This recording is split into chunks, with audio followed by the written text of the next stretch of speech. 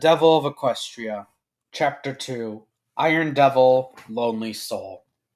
The alarm continues to blare as the machine stares at Twilight. With fear taking hold of her senses, she teleports to the elevator. However, with her sudden arrival, it causes the elevator to crash into the floor, almost making the princess lose balance. As she blinks rapidly to get rid of the blur, she sees an escape elevator across the room from the machine, but spots Shadowmane exiting through a door on the other side of the building. As Twilight runs out, she shouts, "Every pony this way!" pointing to the elevator.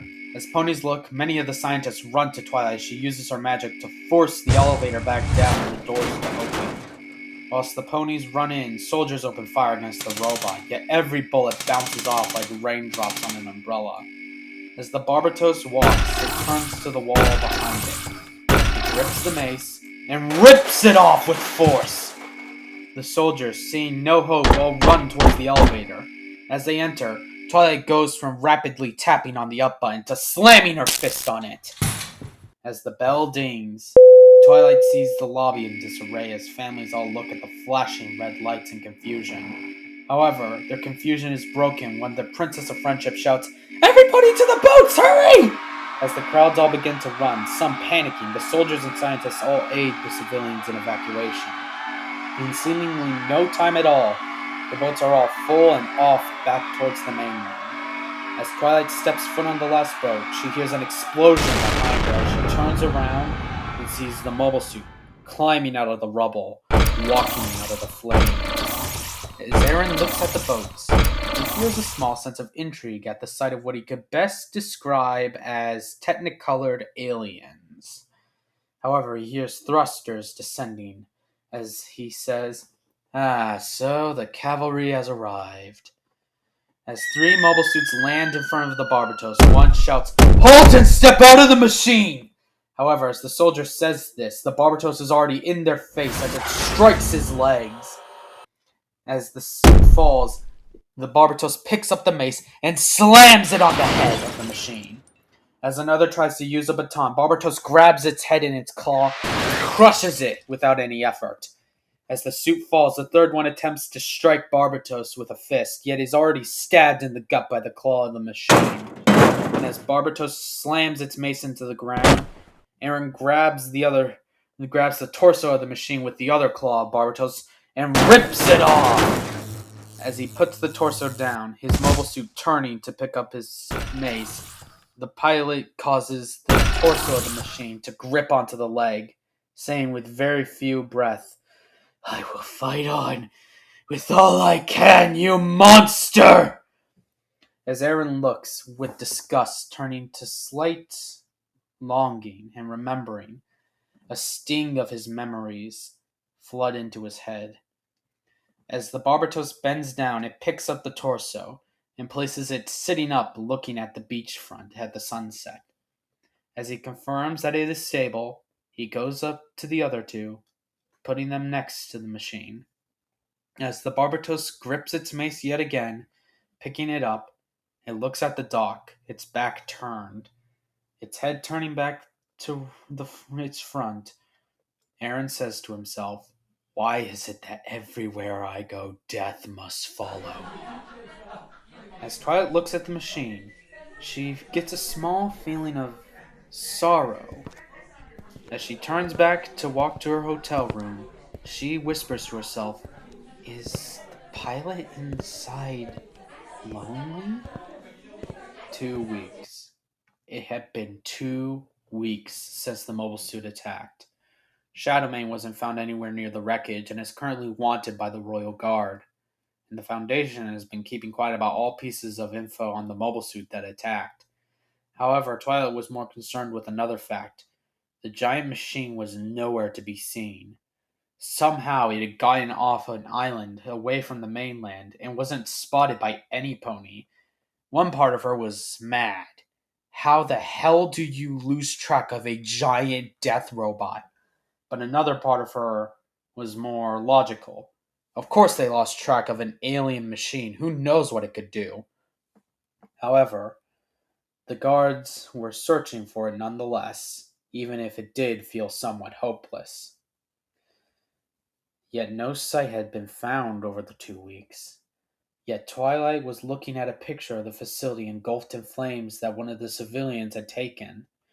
As she stares at the machine's glowing green eyes, she still senses, even in a picture, a small hint of loneliness, somewhat familiar to the loneliness she had felt when she never had friends before, except for Moon Dancer, but different, almost as if hopeless. As she stares at it, she says to herself, "What are you?" As the darkness of the night shrouds the streets of Ponyville, a cloaked figure makes its way to the freshly opened paint store in town. Taking care to look at their sides to ensure no one is watching, the figure bends down to the door handle and flexes their arms, sprouting neon green claws from their fingertips.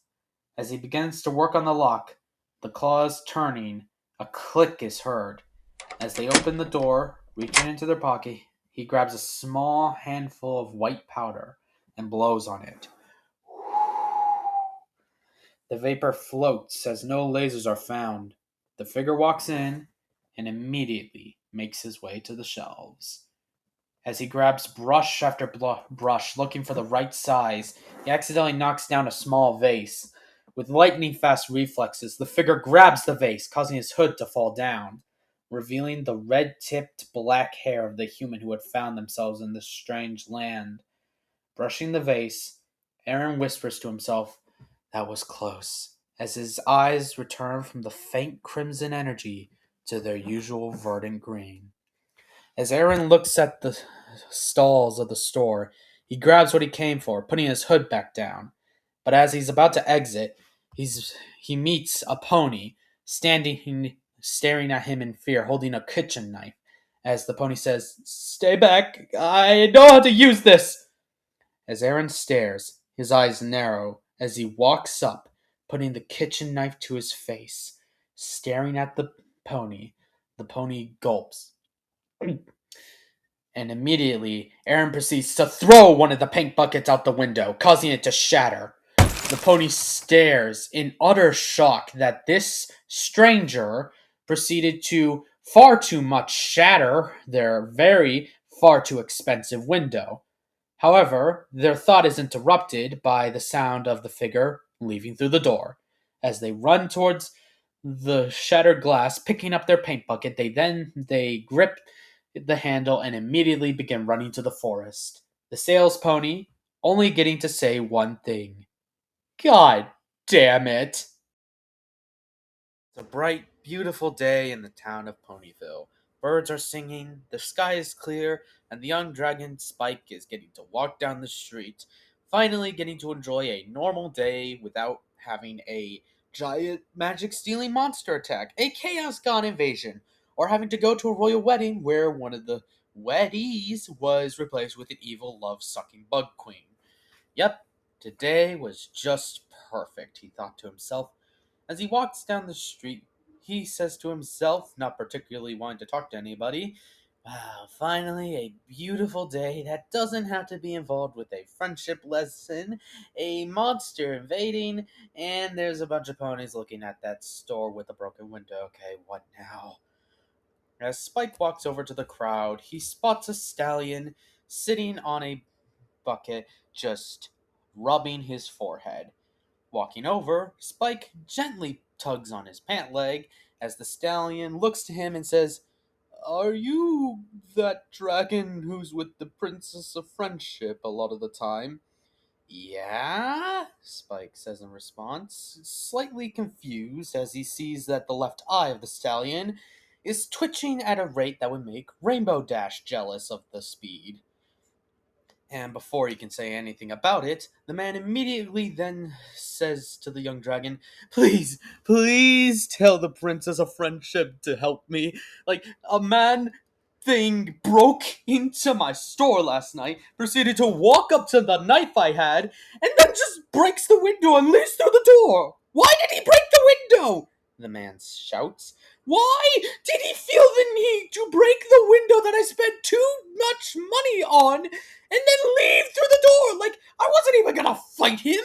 I don't even know how to fight. I was a paint store owner. Now I'm a paint store owner with a broken window that I spent so much money on! Spike, sensing the imminent chaos, immediately proceeds to book it back to the castle. As Twilight sits at her desk with a multitude of crinkled up papers sitting at either side of her, she taps her foot on the ground repeatedly as she gets more and more frustrated with the confusion over what the giant robot was, where it came from, and who could possibly be in the driver's seat. However, a distant sound of Spike slamming open a door and groaning at the unfamiliar layout of the new castle snaps her out of her trance. As she gets up from her chair, she rubs her eyes awake, partially done with the town's inherent need for chaos to interrupt her most important work. She walks to the door and opens it to see Spike as he is about to open another closet. Clearing her throat, Spike turns his head and then sees Twilight walking up to her and saying, "Twilight, a store was robbed last night and we could use your help." As Twilight hears this, she stands at full height for a moment, then a few pops out of her back. She never understood before her ascension why Celestia loved doing that, but with her alicorn hood, she finally got what made it so relieving to her mentor, the Princess of the Sun. As she stands, now more awake, she looks to Spike and says, "Okay, I'll go check out the situation with the girls. You stay here." As she says this, however, Spike immediately complains with a Twilight, "I want to help." Twilight, already making her way to the door, says, "Spike, I don't want you in trouble if there is a new threat." As she looks, she sees the pouting face of her brother and remembers the time Shining Armor told her about how she'd make the same exact face. Relenting, she says, "Hey Spike, I need you here in case we don't come back. Do you know why?" As she says as she crouches down and places one of her hands on his shoulder. As Spike looks, he asks, "Why?" "Because you are the bravest and kindest dragon I have ever met. I trust that if anything goes wrong, you can handle it." As Spike regains some joy in his face, he says, "Okay, I'll stay here." As Twilight smiles, she hugs Spike and thinks to herself, "I couldn't imagine what I would do if I lost him." Twilight had been looking around the store while her friends were also questioning bystanders about what they could have heard or seen. Yet everything came up empty after an hour. Yet as Twilight was scribbling down in her notebook about clues, she spotted a footprint in the grass. As she bends down to inspect it, she sees another following ahead. Staring, she uses her magic to illuminate the rest of the tracks leading into the forbidden forest. As she stands, the lights glowing, she shouts, "Hey girls, I think I found something!" As the rest of the group gather, they look at the tracks, seeing the faint light illuminate into the forbidden forest. As they look into the woods, seeing the tracks going into the woods in the direction of the mountain, Applejack says, "Are we really going to do this?" As everyone ponders, they all nod and say in unison, "Yes, yes, we are." As they move up the side of the mountain, the sun in the center of the sky, they all pant with exhaustion as they make their way to the cave in which a dragon had once taken up residence, before being kicked out by the force known as Fluttershy.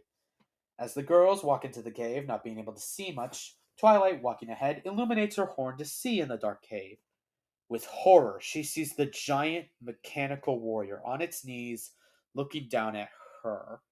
Before she can inspect the machine, she sees in the metal reflection the small purple figure of Spike. As she turns around, Spike is picked up by a figure with jet black hair and red tips who says, "Move and the dragon dies!"